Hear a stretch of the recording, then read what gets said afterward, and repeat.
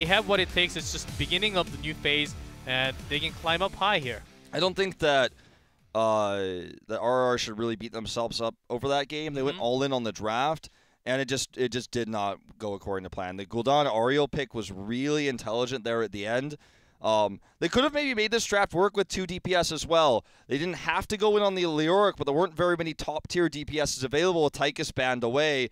They might have had to go like Falstad there, something like that. It would have been kind of weird to go for the second DPS there. So I think that's why they brought Leoric to the table. Thought, okay, this synergizes what we've built so far with the CC composition. We get the Atombs out. You can do a lot with that. It's a draft that looks strong in theory and on paper, but it's like we say a lot of the time on those if drafts. If they get the hook, if they get the follow-up route, these things that just did not happen in-game. So I think we're going to see a more standard draft from them. They're very likely going to take first ban, so they'll be able to have that edge on their side going into game number 2. But, yeah, I just feel like when you have a draft like this, it's tough to win if you don't get those hooks. So it's not like they got totally smashed. It's just that the game didn't go their way. They got behind, and Mighty dotted their I's and crossed their T's. So yeah, that's the power of first pick right now into the draft. And if you're second pick, maybe even just open up Genji and Anubarak so they can only take one out of the 2 instead.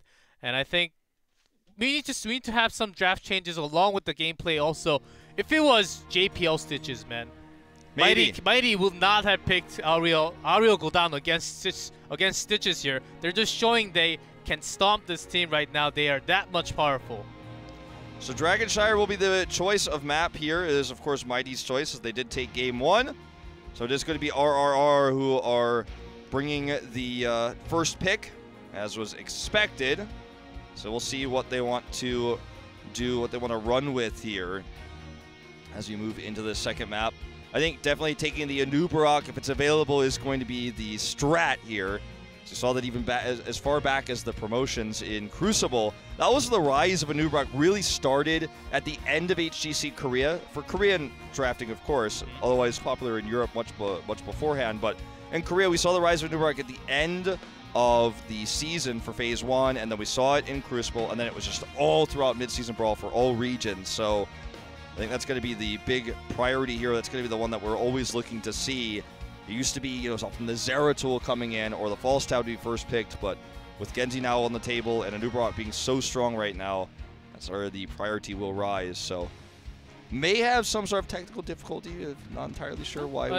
I think they're giving us more time to talk about the meta because this is the fresh new start and it's the first day. They Mighty took both the Haka and the Anubarak, the strongest CC with the global right now in this meta. So I think just giving one of the 2 will be fine for RRR. They can take one more. Stitches did not work. Maybe going along with more of a global with the team fight balanced comp, I think it's going to be a little bit better going into game number 2. Maybe they can even take Genji themselves as they are going to have first span. That's right. See what they want to roll with here. It's going to be very telling as to what kind of draft they want to bring out. If they ban the Anubarak, they're focusing towards the Genji or the Dahaka. Those are the top 3 S-tier heroes, it seems like right now, is the Genji, or actually really there's 4. You have to keep Uther in mind as well. Dahaka ends up being S-tier because of those options and the removal there. So Uther is going to be the ban, which is no shock. This leaves Genji and Anubarak open for first pick. And Mighty will have to choose which one they don't want RRR to have. I think because Mighty knows that RRR, Tekaluk can play Malfurion and that's his best hero. Maybe even ban Malfurion or just leave it open and let them take Malfurion like last time and then take Dehaka Anubarak once more. Yeah, it could definitely work. I mean, that would be a really strong scenario if RRR takes Malfurion over those 2 really top-tier heroes right now. I'm not entirely sure if they'll do that, but if RRR is inclined, as you suggest, then that would be a pretty next-level strategy to allow the Uther here and leave the others open. They're going to look to ban the Genji, so they might be thinking the same as you to allow Anubarak through. Can obviously pick up the... Oh, it's going to be Tastar instead. Can obviously pick up the Tychus, if that becomes the case, too. Let's see which one they want to prioritize. Giving some thoughts to this one, it looks like. Not just going to blindly lock it in as Tekaluk is on camera here. So not going to be his favorite Malfurion, though. It will be the Anubarak. More likely scenario. This leaves Genji and Dahaka over to Mighty. Dahaka's so important on this map. Would be a shock if they didn't grab him here. Also Dahaka here comes along with the global. They seem to be really good on the point with the macro plays. This is the same thing, Dragonshire. You need the macro play to control the top shrine and the bottom shrine to get the Dragon Knight to push all the way into the core. And Genji, with so much mobility available for himself, he can go around the map pretty quickly, try to harass from the side and come in for look for the kill and get that reset onto the Swift Strike. That's exactly what they're looking for here.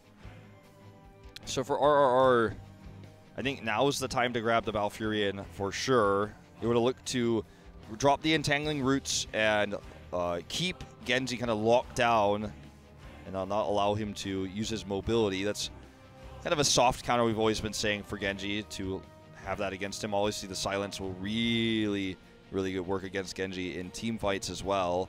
So, but definitely a big opportunity. And then remember, normally you wouldn't want to prioritize Leeming here, but perhaps RR has to because of EGG's very weak hero pool. So that's something else to look to here as they burn out the clock. It's going to be Greymane instead, and Rhaegar. Bit of a surprise to see him this highly prioritized by this team right now. That's right. It also hints us that we're going to see a Malfurion ban coming out from RRR because they picked Rhaegar. Seems like they want to have a little bit more sustain and support. Maybe we'll see double supports coming into Korea. That's going to be the way. It's been a while since we've really seen that in Korea. Back in the 2016 summer era, a little bit in spring. So I'm excited right now. I'm a little bit hyped. We may actually see double support with this Rhaegar pickup. Let's see what Mighty wants to ban here, because you can see there's a bit of scratching heads with the Rhaegar pick coming in. There's definitely some other things to consider. Rhaegar and Greymane can clear camps very quickly, so we will definitely see some invades on siege camps on this map. So that's something that's really cool. When you have a Nubrog there as well to invade, there's so many different tools you can use. Arthas will be the ban. Removing that right away. Another one of those soft counters to Genji. It's going to be the Stitches ban instead. So they're letting them have Malfurion, but just not the follow-up with the Stitches with the hook. They can have Malfurion if they want to. And RRR is thinking something different right now in going into game number 2. They do not have a global. Maybe instead of Leeming, EZZ can go into Falstad, try to have that global with the flight. And Leeming is also taken here. I'm going towards Falstad even more right now. Yeah, I think so. I mean, they need some sort of global here with this composition. They do have the really good wave clear with Greymane and Rhaegar, but I think without the global, you're really going to struggle with the objective itself. The Dragon Knight, capturing that, unleashing it. These things are going to be a challenge. Leeming also does force EGZ into that Falstad position oftentimes. See if it's going to be her playing the Greymane is a possibility. Very unlikely that she plays the Greymane. That's not normally how they play. So coming back to the old Korean meta, Nazeebo was the pick, and she did play Nazeebo a few times. Maybe if they're looking for a long game here, they can still go to Nazeebo and look for that late game potential after 20. But Mighty already has a very good team comp against Nazeebo, against those ones with no escape.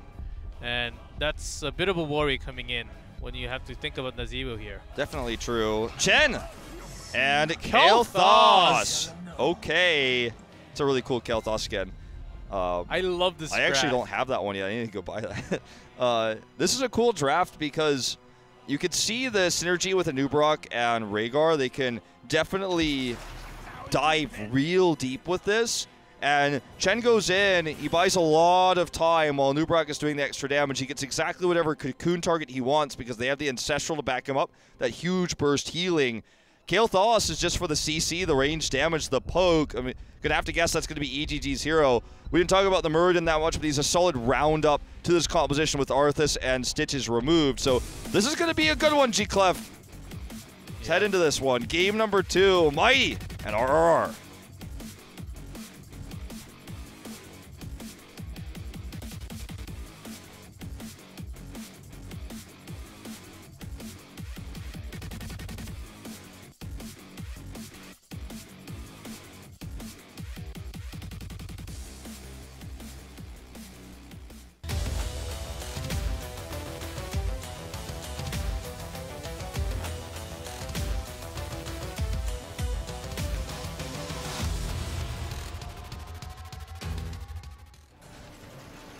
in blue.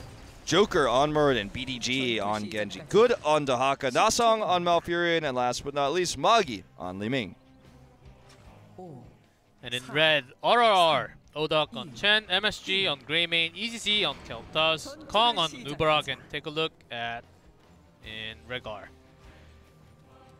I keep on saying take a look because it sounds like take a look. Take a look. It is take a look from Skyrim. That's why he made it take a look. Ah, okay. I never played Skyrim. I know that game was released like 20 times, but yeah. Take a look at Regar. Pretty sure that game was released like 20 plus times in different platforms and things. It's like coming to Switch and stuff, but like I don't know, man. I just never played it. Joker is taking a lot of damage here, but Oduck is taking more. He does actually get the nice kick here onto BDG to escape. That was a close call. They're going to turn this around, and because Joker never got the real passive healing coming out from Erd, and he ends up dying there. Just definitely overstepped his bounds there. Oh my goodness, Oduck! Oduck, they dive him! And the deflect!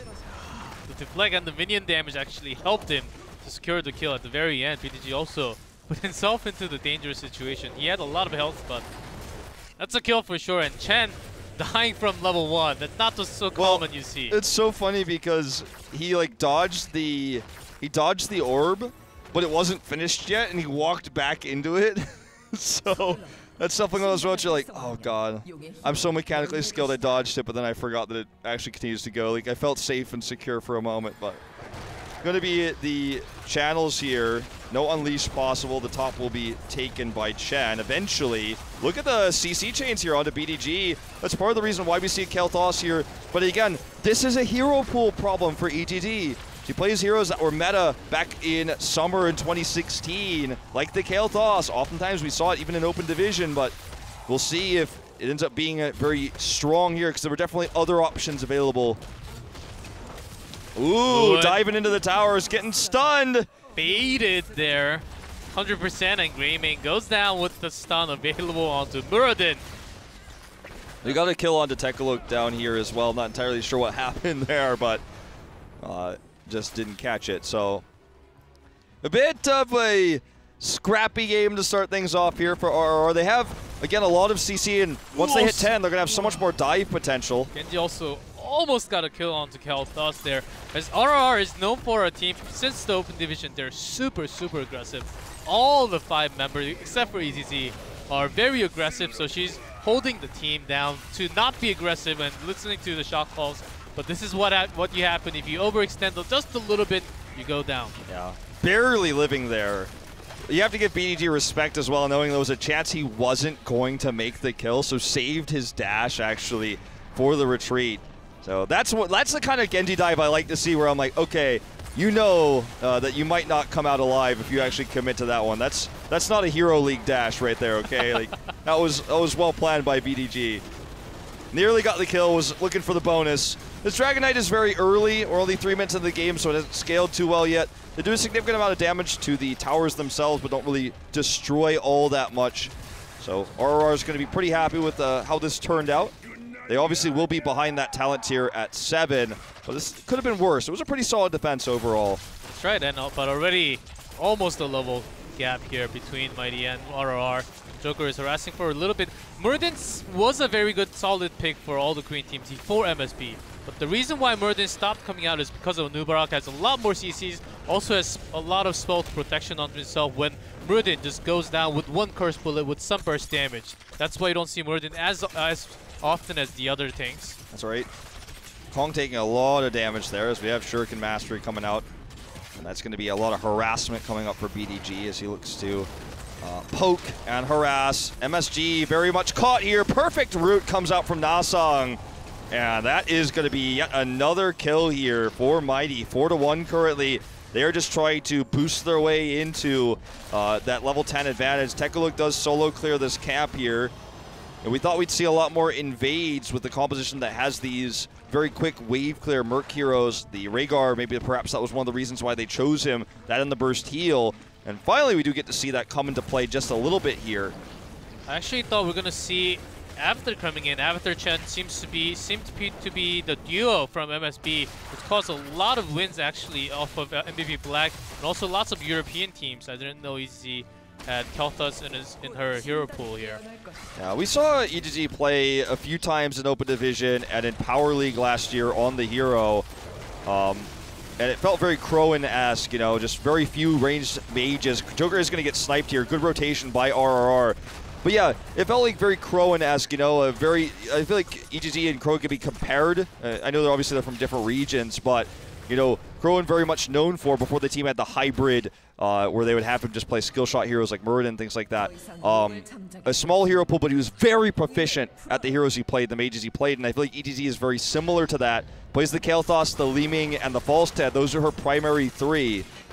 And it can be an issue when the draft just doesn't allow for that. Li Ming's taken away. Falstad no longer very meta. I mean, he's still definitely very strong, but not as powerful as he used to be. So she's playing the hero well. They had a really solid rotation there. The extra CC that Kael'thas provides as a mage is pretty unique to him. Obviously, his range is quite solid, and they did get that one nice rotational kill. We'll see what happens post-10, because that's when RRR's composition is really going to come online. They've been struggling until then, but maybe they can turn things around in just a few moments when they get that last bit of EXP.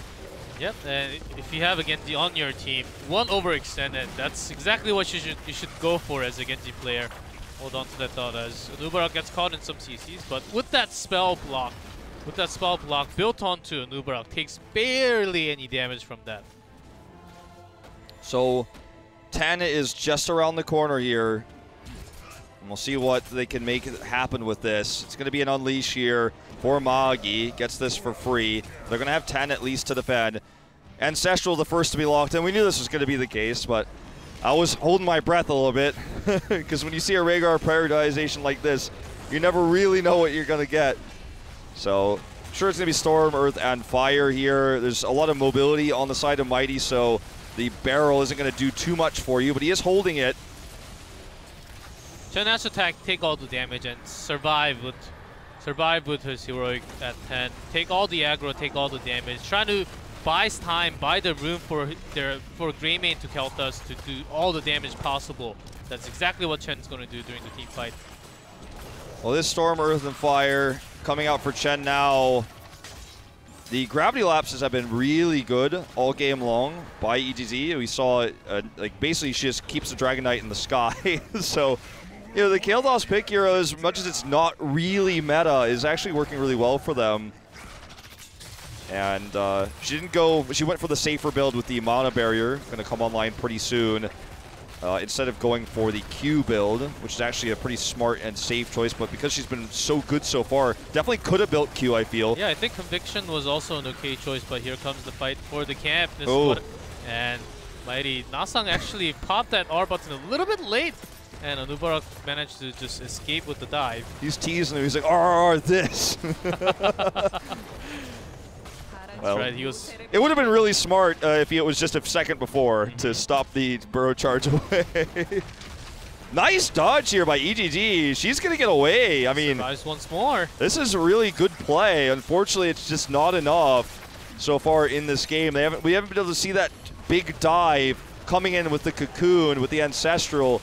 Hey, this might be it. They're looking for the pick here on the Joker. MSG dives in, but they can't secure the kill. That cleanse barely saved Muradin, also sustain coming out from Malfurion there. On to the chase now. Chen, this is exactly where Chen's power comes in, and Muradin just dwarf tosses away from the team fight. You can see the potential, though, for this composition. The dive is very powerful. They have that extra backup of the Ancestral Lightning Bond taken at level 1, so extra DPS for the Anubarak when he dives in. And then, you know, Rhaegar obviously is very powerful in terms of DPS too when he dives in. Magi does actually teleport to avoid that Flame Strike. Does find himself in harm's way for just a moment. And it looks like RRR should be able to retreat, no problem here. Storm, Earth, and Fire is available for Odok, but MSG can't find his way out of this one. Everyone else got away, but he was the one who found himself at the end of a Storm Bolt. Seems like MSG is having some positional problems here, as he is super aggressive, diving too much, looking for a kill, actually costing himself the life instead, and not getting any kills off of his play. Maybe he needs to be a little bit more safer into the back line and near Rhaegar, where he'll get the heals back. with the healing chain. If he gets picked again, man, he's going to be full of MSG. He's going to be real salty. Yes. PJ Salt. All right. Going into this. Salt's all the way around. That's going to be the war for RR right now. As this, I believe this is already a third Dragon Knight for Mighty? Yes, that's right. And again, a good gravity lapse and a good focusing here. It was definitely used pretty haphazard by Mighty, you have to say. Dragon Knight got the remainder of a fort that was already heavily damaged.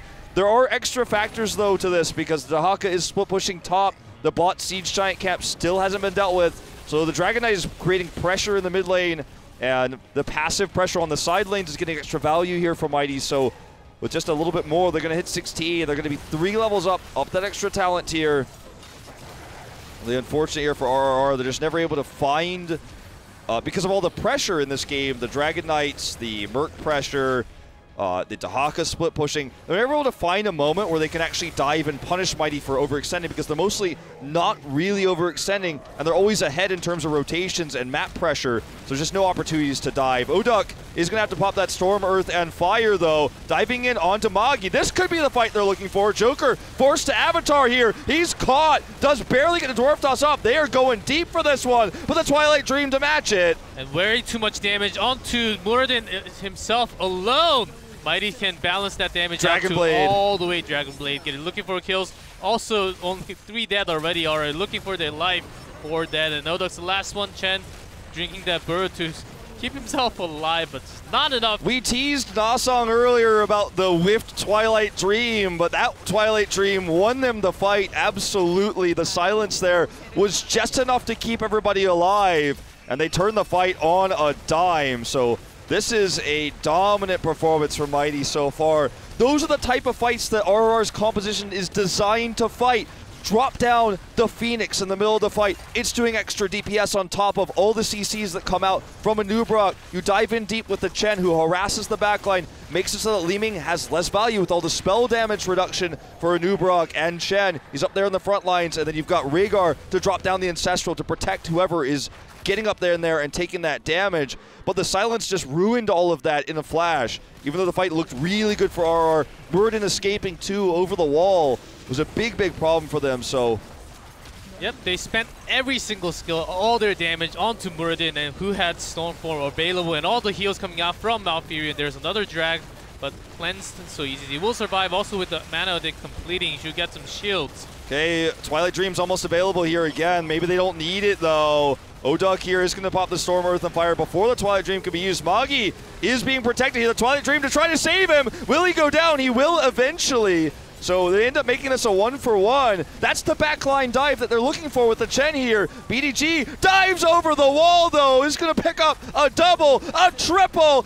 gets out as well. BDG, the XGG player here, moving in, replacing SDE, and he is already making waves in this first best of 5. That's the kind of Genji I want to see. That's what's up. Not the one from My Hero League. That's the Genji play. That's the crazy Genji play. With all the Swift Strike reset with the Dragon Blade kill, that's the way to do it. BDG looking so good on that Genji play. That is the highlight of the match today. Absolutely, G-Clap. Well, this is going to be the 4 Siege Giant push onto the core. Oh, they just casually take a walk back here, unleash the Dragon Knight. The respawn already coming out here for Magi. Could just walk down mid to channel it. This is looking to be a fantastic position for Mighty. RRR in dire straits now. The Siege push is coming now with the catapults in the Siege Giant lane. And there's nothing they can do to prevent this Dragon Knight from being unleashed. Oh, it's going to be on HGC again to hit those gravity lapses to knock the Dragon Knight into the air to slow down the damage. But it looks like Mighty wants to core with this. We're 14 minutes into the game. It's not the strongest Dragon Knight we've ever seen. But this gravity lapse, the first one already misses. Yeah, that's right, but they're about to hit 20.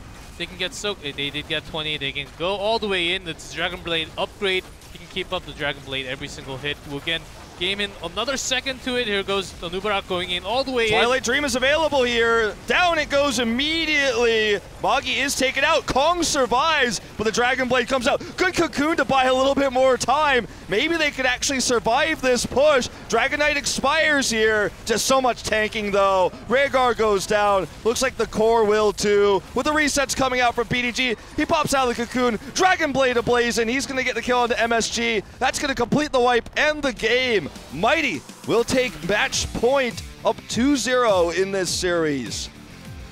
Genji, man. Genji, dude. So powerful right now, and Mighty showed us if you let PDG playing on Genji, then that's going to happen. And RRR really costing big because they let Genji onto the side of Mighty. They learned. They learned their first lesson of the first 2 games here. Maybe not for game number 3. Well played by Mighty. And we're going to have a short break in a minute to give some time for RRR, of course, to regain their thoughts here. The drafting we see from them feels very RRR. It feels very team-specific. Creative drafting coming out. EGG and Kong kind of making that happen. You can see the thought process is going to these somewhat unusual drafts. The triple tank, the Kael'thas dive composition feels very 2016, right? But you can see the concepts, you can see the ideas there. But when you take the mechanical skill of a team that's bringing in the new meta, bringing in the Genji play, it all just feels like it falls apart. There's no lane pressure ever coming out because they didn't draft for that. They have the solo clear of Rhaegar, but they didn't really utilize it. They're always kind of one step behind Mighty all game long, so they couldn't utilize the composition the way they planned to. Yep, and if they're going to play Rhaegar with going around the camp, why not take Malfurion and use the Twilight and be on the hero that you're most comfortable with? I have to be a little bit critical, and also onto Greymane MSG. He overstepped his line a little bit too much and got punished. I believe he died more than 5 times in that game, so that's not the number you want to see after your first. But this is their first match in the HGC. They can learn from this experience. Against a top 3 team as well. So definitely it's been tough for them so far. Can they turn it around? We're going to find out, guys, after this short commercial break.